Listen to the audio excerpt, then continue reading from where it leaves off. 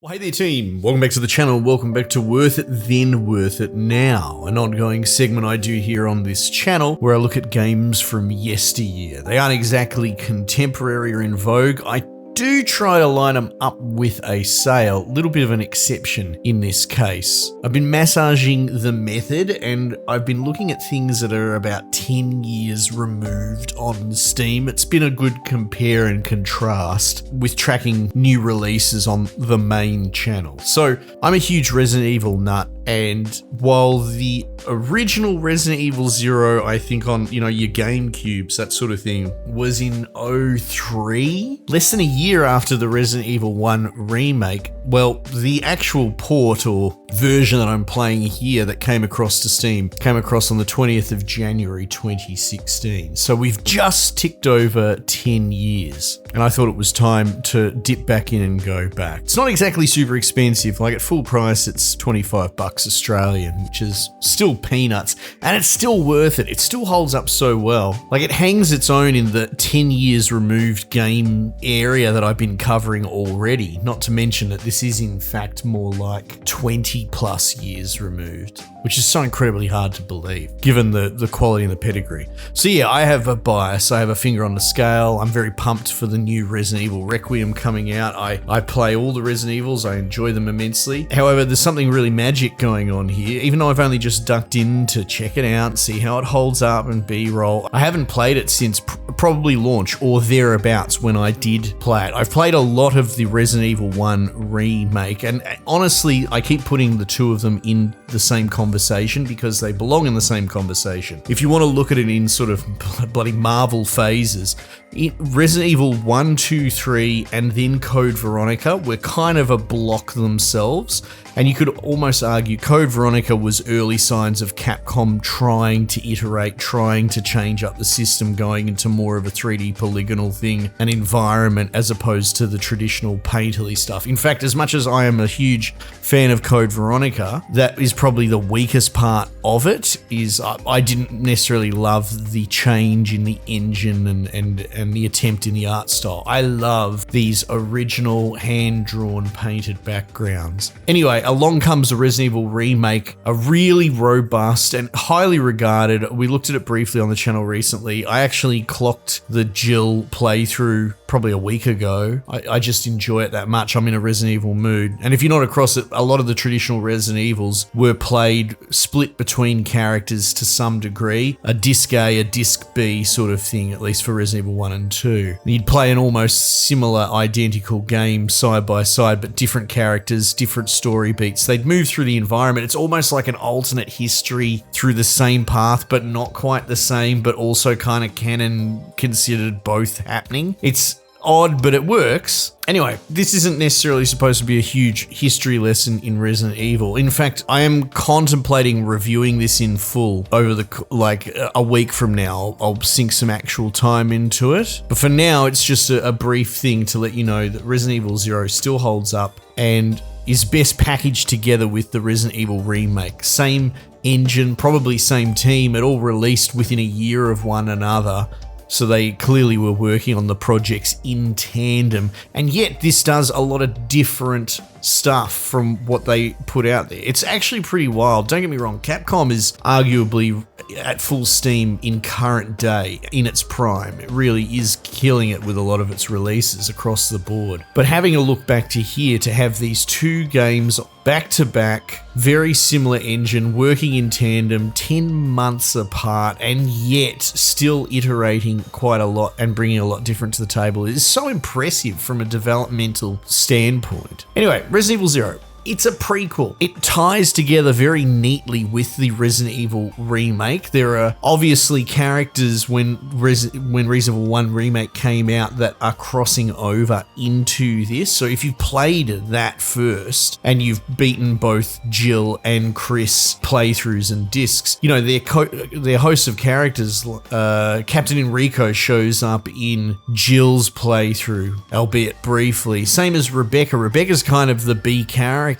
for Chris in his playthrough. And so Resident Evil 0 is a prequel in that Bravo squad of the STARS team is sent out to kick off the investigation that Alpha squad ultimately follows up on them going missing in Resident Evil 1. And in this one, you're playing as Rebecca, who, like I said, the B character from the next game or previous game. Oh my god, chronologically, whatever, it depends. The real gimmick that this game brings to the table is you team up with a second character, Billy, apparently an escaped military convict and killed people and was going to get executed, but maybe that's not the full story. So an uneasy alliance between Rebecca being isolated and having to fight all these zombies and sus Billy, but, you know, bit of a heartthrob ladies man kind of thing as well. You know, it's pretty stock standard. But it is so fascinating going back to this because I only remember snippets. I remember loving this game, or at least really enjoying it and thinking it worked well. I think the progenitors gave me the shits. They're kind of invincible monsters later on. You can only kill with fire. I'm not 100% sure. Again, this is 20 years removed. But yeah, both likable characters, fun story. And, you know, it occurs to me that this was probably the last of its type in this forced perspective, painterly background art. And it still looks so beautiful. It holds up. Being that this was the last one that they did, you could argue it's the strongest one. I think they've got a lot of the world design right with the flashes of the items you can pick up in the foreground. There isn't a clear map, 100% clear, all items integrated that you get from Resident Evil 1 Remake, which is tragic because that's really helpful for scrubbing an environment. But I can sort of see why as well, because the way that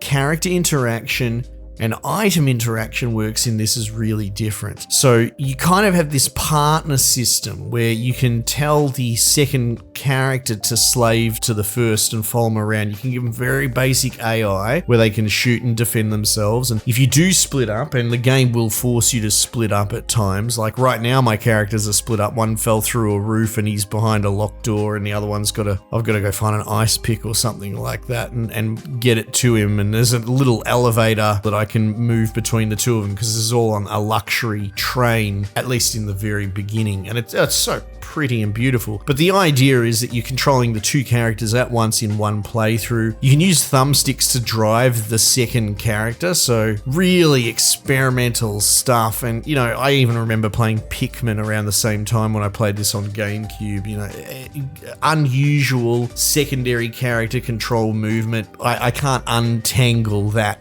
in my mind, in my memory. If your second character is isolated and away and they get attacked, it will, you know, it'll warn you and you can switch back and forth between them. So again, they're doing quite a lot with the engine for a game that is ultimately traditionally little micro instances stitched together by door loading transitions. The game does a great job at essentially rendering the entire world way open. Like, to a point, you could probably leave one of your characters at the start of the game, or at least send them back, and still be able to teleport back and forth. Obviously, that puts a lot of load on the game and the system trying to do that, but it's still a very impressive feat. But for the most part, you're going to slave your character to you and tell them to just fire, and you manage their inventory and swap between them. And the other wrinkle is, because now that you're dealing with kind of double the inventory size when you're running along, there aren't actually item boxes. So for some reason you're not across it. In Resident Evil, you have these item boxes which are all magically linked together. If I put a herb in this box over here and I find another box further along, that same herb is going to be transferable.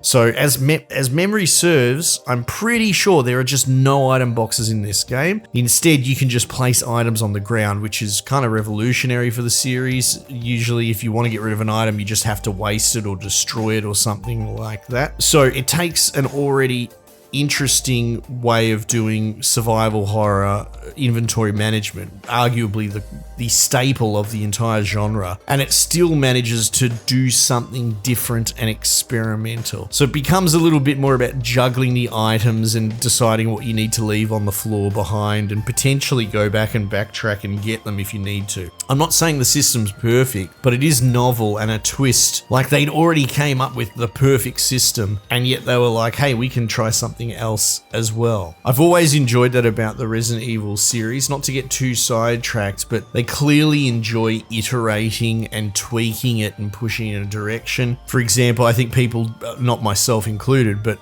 for the most part, people started getting sick of this tank control force perspective, and that's how you get Resident Evil 4, which really became the on-ramp for a lot of people. A lot of people's first Resident Evil was 4 because it was a proto third-person shooter. It was still tank control, you couldn't fire and move at the same time, but it was revolutionary. And then 5 made that even more actiony, and then 6, and there's a very strong argument that 6 overswung into action movie territory. They went back to the drawing board, they reset with 7, and that's much more fundamental roots and arguably the scariest actual horror game in the series, and now they're ramping back up into more action fare or even more OG. I felt that Resident Evil Village, of all the most modern releases, feels the most like these ones, the original puzzling, curiosity driven hook of, you know, a Resident Evil 1, a 0, etc.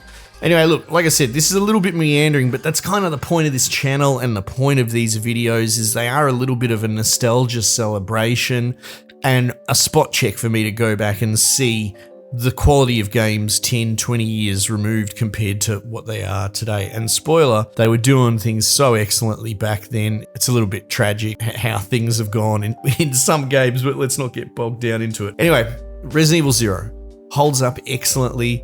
The experimental stuff I still think is novel, right? It makes me smile. It might frustrate me over a longer playthrough, and we'll probably find out because I'm pretty keen to put like 20 hours into this and see how it holds up. But having said all that, make sure you play Resident Evil Remake first. Like I said, I beat one of the discs last week. I may even beat the other one, I'm not sure. But playing them together as a package, almost like how they were released, in a way how they were intended, is the way to revisit it, I would say. At the very least, put it on your wish list, keep an eye on it. Team, might just leave it there for the time being, and I'll catch you guys on the next one.